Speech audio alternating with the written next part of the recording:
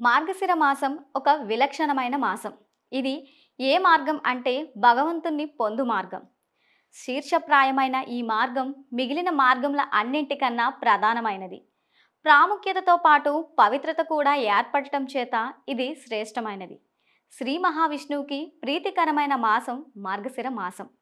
బృహత్సామ తథాసామ్నాం గాయత్రి ఛందసాం మహం మాసానాం మార్గశీర్షోహ ఋతూనాం కుసుమాకరం అనే శ్లోకంలో మార్గశిరాన్ని నేనే, 6 ఋతువులలోనూ పుష్ప సౌరభం నేనే, సామవేదానికి చెందిన గానాలలో బృహత్స్నానాన్ని నేనే, ఛందస్సులలో గాయత్రి ఛందాన్ని, శోభ అధికంగా ఉండే వసంతకాలాన్ని నేనే అని భగవద్గీతలో విభూతి యోగంలో సాక్షాత్ శ్రీకృష్ణ పరమాత్ముడే పేర్కొన్నాడు.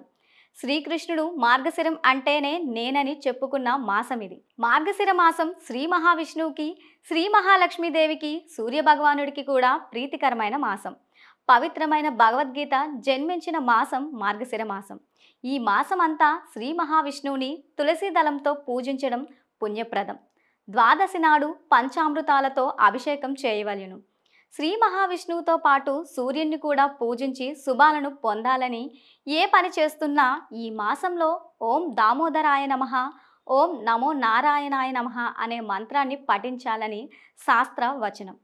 మార్గశిర మాసంలోని గురువారాల్లో శ్రీ మహాలక్ష్మిని పూజిస్తూ మార్గశిర లక్ష్మీవార వ్రతం చేయడం, ద్వాదశి అభిషేకం వల్ల ఆయురారోగ్యాలు, ధన సమృద్ధి చెందుతుంది. ఈ మాసంలో లవణం దానం చేయటం ఉత్తమమైనది. ఈ మార్గశిర మాస విధులను పాటించడం వల్ల అనంతమైన పుణ్యఫలాలు ప్రాప్తిస్తాయి. చంద్రుడు మనఃకారకుడు. ఆ చంద్రుడు అనుకూలంగా లేకపోతే మంచి ఆలోచనలు కలగవు. మానసిక స్థితి సరైన మార్గంలో ఉండదు. అందుకని చంద్రుడు అనుకూలించే కాలంలో మనం దైవ పూజల్ని ప్రారంభిస్తే వాటి మీద శ్రద్ధ బాగా పెరిగి తద్వారా మనోధైర్యం వృద్ధి చెందుతుంది. జ్యోతిష్య శాస్త్రం ప్రకారం చంద్రునికి ఉచ్చస్థానం వృషభ రాశి, మృగశిర నక్షత్రం. వృషభ రాశికి చెందినది కావున చంద్రుని సంపూర్ణ అనుగ్రహం ఉండి దైవ కార్యాలని చేసే కొద్దీ చేయాలనిపించి మంచి ఆలోచనలు కలుగుతాయి. అంతేకాకుండా ఈ మాసంలో శుద్ధ పాడ్యమి నుండి ఈ మాసమంతా శ్రీ మహావిష్ణువుని పూజిస్తారు.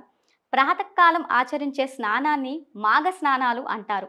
శ్రీ మహావిష్ణువుకి ప్రీతికరమైన ఈ మాసంలో విష్ణు సహస్రనామ పఠనం అనంతకోటి పుణ్య ఫలితాలను ఇస్తుంది. మార్గశిర మాసంలో ప్రతి గురువారం లక్ష్మీదేవిని పూజించే ఆచారం ఉంది. లక్ష్మీ ఆరాధన వల్లనే గురువారాన్ని లక్ష్మీవారం అని అంటారు. జ్యోతిష్యార్థంలో సౌరమానాన్ని అనుసరించి ధనుర్మాసం అని, చంద్రమానం ప్రకారం మార్గశిర మాసం అని అంటూ ఉంటారు. ఈ మాసమంతా శ్రీ మహావిష్ణువుని పూజిస్తే అనంతమైన పుణ్యఫలం కలుగుతుందని శాస్త్ర ప్రవచనం.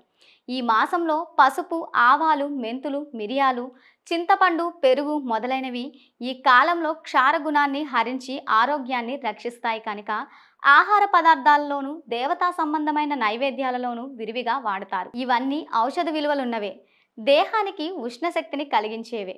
మార్గశిర మాస పూజలో లక్షివారం నాడు తలకు నూనె పెట్టుకోరాదని, బియ్యం ఇచ్చి ఏమీ కొనరాదని నియమాలుంచారు. మార్గశిరంతో కూడిన పూర్ణిమ మార్గశీర్షమున లవణదానం చేయాలి. ధనుర్మాసంలో పూర్తిగా ప్రతినిత్యం సూర్యోదయానికి ముందే లేచి శుచిగా స్నానమాచరించి మహావిష్ణువును విష్ణు సహస్ర నామాలతో ప్రార్థించిన వారికి అష్టైశ్వర్యాలు చేకూరుతాయని శాస్త్రాలు చెబుతున్నాయి.